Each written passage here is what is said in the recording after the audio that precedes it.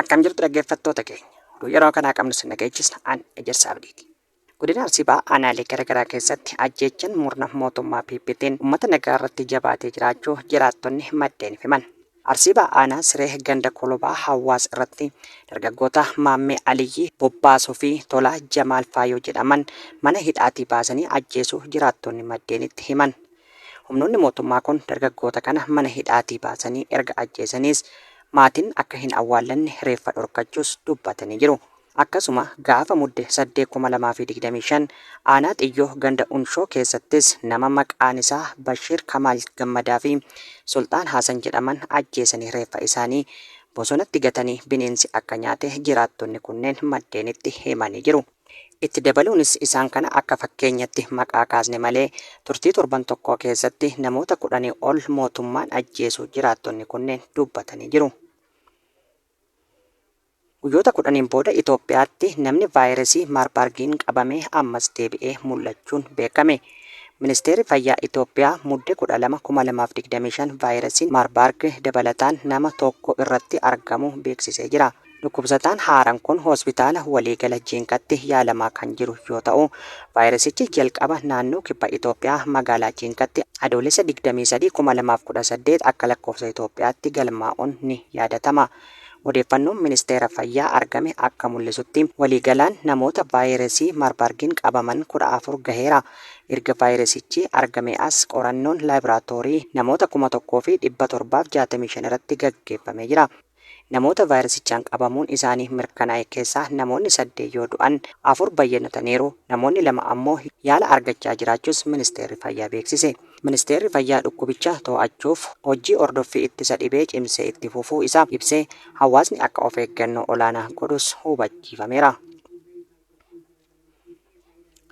Lammiileen Itoophiyaa seeraan ala Afrikaa kibbaa seenan jedhaman to'atamuun beekame. Lammiileen Itoophiyaa sarara daandii xiyyaara Itoophiyaan seeraan ala Afrikaa kibbaa seenan jedhaman to'ataman. Mootummaan Afrikaa kibbaa lammiilee Itoophiyaa 14 kan balalii sarara daandii xiyyaara Itoophiyaan gara biyyaatti seenan to'achuu ibseera. Muddee 11,2025 xiyyaaraan buufata xiyyaara Taamboo ga'uu kan himame lammiileen Itoophiyaa dhiira 5 fi dubartoota 9 haalli imala isaanii shakkisiisadha waan jedhuun to'annoo jala ooluu itti aanan koomishiinarii abbaa taayitaa bulchiinsa daangaa Afrikaa kibbaa Jeen Tuubaanaa himanii jiru. Lammiileen Itoophiyaa kun xiyyaara sarara daandii xiyyaara Itoophiyaan imalaa kan turan ta'uu kan himame yoo ta'u, kan isaan to'atamanis mala namootni seeran ala nama godaansisan fayyadaman imala isaanii irratti argamu hordofeeti jedhamee jira. Kanaanis lammiileen Itoophiyaa kun dursa Afrikaa kibbaa akka biyya qaxxaamuruutti cehuun duubarra gara biyyattiitti deebi'uu isaanii ta'us qorannoo jalqabaa abbaan taayitaa bulchiinsa daandii biyyattii ifoomsee jira.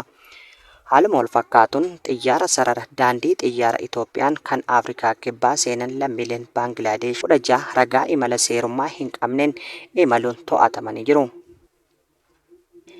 Eertiraan miseensummaa IGAD haquun beekame.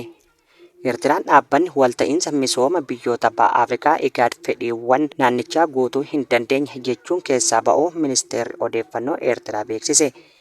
Barreessaa olaanaan IGAD ibsa kennaniin murtoon Eertiraa kun dhaabbatichi yeroo dheeraaf dirqama isaa ba'achuu dadhabuu fi gochaalee gaanfa Afrikaa miidhan raawwachuu isaa hordofeeti jedhe. Eertiraan bara 1993 biyyoota biroo waliin ta'uun IGAD deebi'ee akka cimu taasisuun shoora guddaa taphatteerti jechuun kunis dhaabbatichi walitti hidhamiinsa diinagdee nagaa fi tasgabbii naannichaa fooyyessuuf qaama ijoo akka ta'uuf jedhan. Haa ta'u malee dhawaata keessa keessattuu bara 2005 kaasee IGAD dirqama isaa osoo hin ba'atin qofa hafee osoo hin taane gocha badii keessattuu Eertiraa irratti raawwate jedhan. Dabaluunis gochaan kun eebla bara 2007 Eertiraa miseensummaa ishee yeroof akka dhaabdu taasisee ture jedhanii jiru. Garuu waxabajjii bara 2023 dhaabbanni kun of haaromsuun dogongora duraanii ni sirreeffata jechuun itti deebi'uu himan.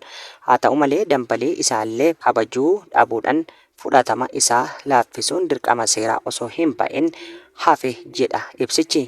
Kanarraan kan ka'e miseensummaa dhaabbaticha ishee haquuf dirqamu eertee jirti. Loltoonni Afrikaa lixaa 200 mootummaa Beeniyeen fonqolchi irratti yaalame deeggaraniiru. Loltoonni Naajeeriyaa fi Ivory Coast mootummaa Benin dilbata darbee fonqolchi irratti yaalame deeggaruudhaan garas deemuu ministeerri dhimma alaa Benin beeksise. Yaalii fonqolcha mootummaa raawwachuuf taasifame loltoonni diddaan buufata waraanaa fi TV qabatanii mootummaa to'achuu labsan jetti loltuu Naajeeriyaatu baase. Loltoonni biyya alaa biyyattii keessatti bobba'uu Benin yeroo jalqabaaf ibsite ta'us erga gaafa dilbata fonqolchi fashalaa'ee loltoonni biyya alaa kunneen ba'uu hin dubbanne. Ministeerri haajaa alaa Olusegun Adjadii Baakaariin loltoonni biyya alaarraa gargaarsaaf garas deeman muraasni achumatti hafuu himan. Kunis haala fonqolchaan booda jiru qulqulleessuuf jedhanii jiru.